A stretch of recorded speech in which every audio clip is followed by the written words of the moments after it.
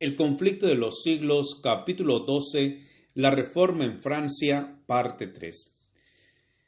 Berquín fue aprendido de nuevo. El rey salió de París y los frailes pudieron obrar a su gusto. Enjuiciaron al reformador y le condenaron a muerte. Y para que Francisco no pudiese interponer su influencia para librarle, la sentencia se ejecutó el mismo día en que fue pronunciada. Al mediodía fue conducido Berquín al lugar de suplicio. Un inmenso gentío se reunió para presenciar el auto, y muchos notaron con turbación y espanto que la víctima había sido escogida de entre las mejores y más valientes familias nobles de Francia. La estupefacción, la indignación, el escarnio y el odio se pintaban en los semblantes de aquella inquieta muchedumbre. Pero había un rostro sin sombra alguna, pues los pensamientos del mártir estaban muy lejos de la escena de tumulto, y lo único que percibía era la presencia de su Señor. La miserable carreta en que lo llevaban, las miradas de enojo que le echaban sus perseguidores, la muerte espantosa que le esperaba, nada de esto le importaba. El que vive, si bien estuvo muerto, pero ahora vive para siempre y tiene las llaves de la muerte y del infierno, estaba a su lado. El semblante de Berquín estaba radiante de luz y paz del cielo. Vestía lujosa ropa y llevaba capa de terciopelo, justillo de raso y de damasco, calzas de oro. Iba a dar testimonio de su fe en presencia del Rey de Reyes y ante todo el universo, y ninguna señal de duelo empañaba su alegría. Mientras la procesión desfilaba despacio por las calles atestadas de gente, el pueblo notaba maravillado la paz inalterable y el gozo triunfante que se pintaba en el rostro y el continente del mártir. Parece, decía, como si estuviera sentado en el templo meditando en cosas santas. Ya atado a la estaca, quiso Berquín dirigir unas cuantas palabras al pueblo, pero los monjes, temiendo las consecuencias, empezaron a dar gritos y los soldados a entrechocar sus armas, y con esto ahogaron la voz del mártir. Así fue como en 1529 la autoridad eclesiástica y literaria más notable de la culta ciudad de París dio al populacho de 1793 el vil ejemplo de sofocar en el cadalso las sagradas palabras de los moribundos. Berquín fue estrangulado y su cuerpo entregado a las llamas. La noticia de su muerte entristeció a los amigos de la Reforma en todas partes de Francia.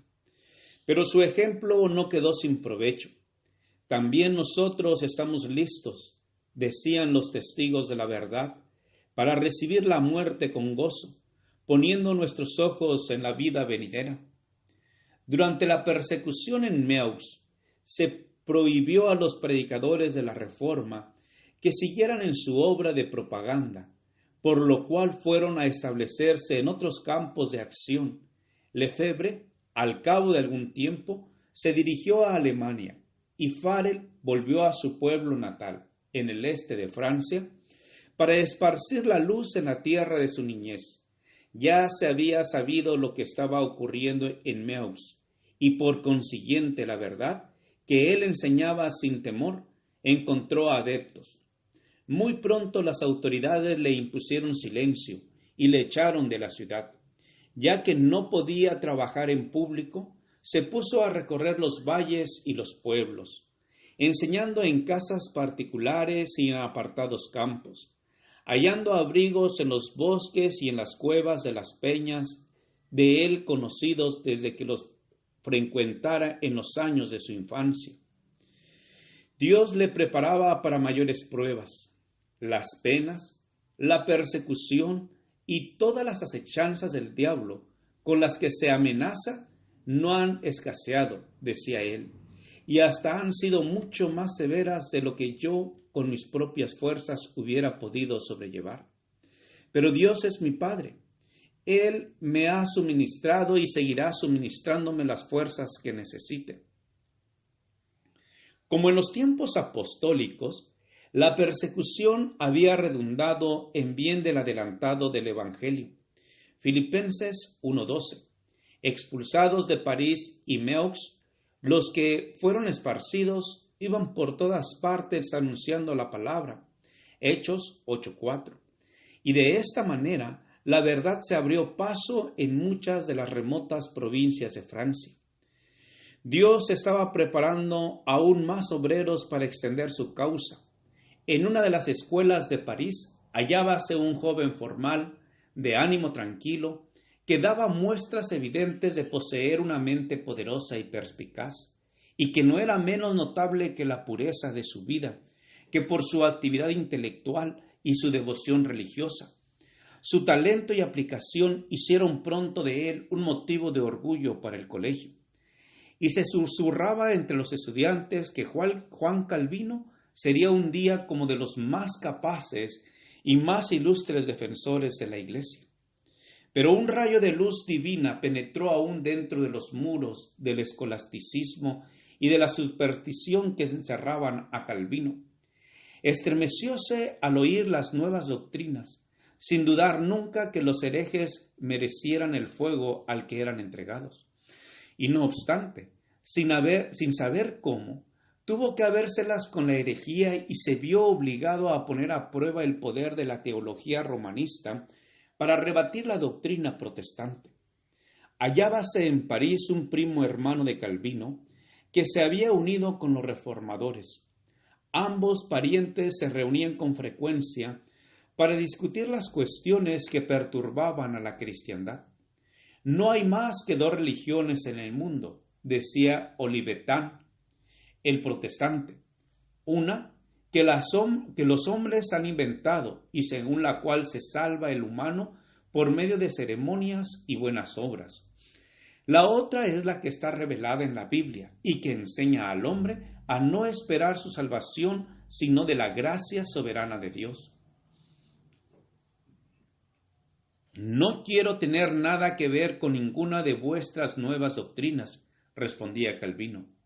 ¿Crees que he vivido en el error todos los días de mi vida? Pero habíanse despertado en su mente pensamientos que ya no podía desterrar de ella. A solas en su aposento, meditaba en las palabras de su primo. El sentimiento del pecado se había apoderado de su corazón. Se veía sin intercesor en presencia de un juez santo y justo. La mediación de los santos, las buenas obras, las ceremonias de la Iglesia, todo ello le parecía ineficaz para expiar el pecado. Ya no veía ante sí mismo sino la lobreguez de una eterna desesperación.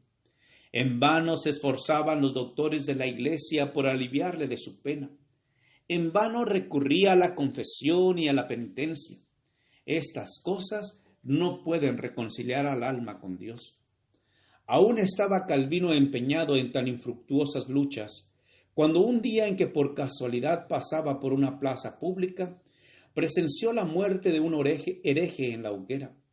Se llenó de admiración al ver la expresión de paz que se pintaba en el rostro del mártir.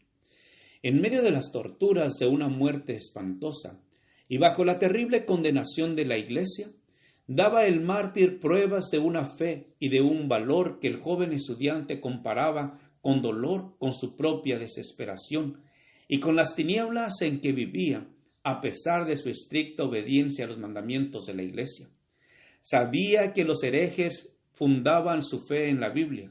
Por lo tanto, decidió estudiarla para descubrir, si fuese posible, el secreto del gozo del mártir. Gracias por escuchar este audio. Te invito a escuchar el siguiente capítulo. Jehová te bendiga y te guarde. Jehová haga resplandecer su rostro sobre ti y tenga de ti misericordia. Jehová alce sobre ti su rostro y ponga en ti paz. Con aprecio, el pastor Juan Manuel Flores Espinosa.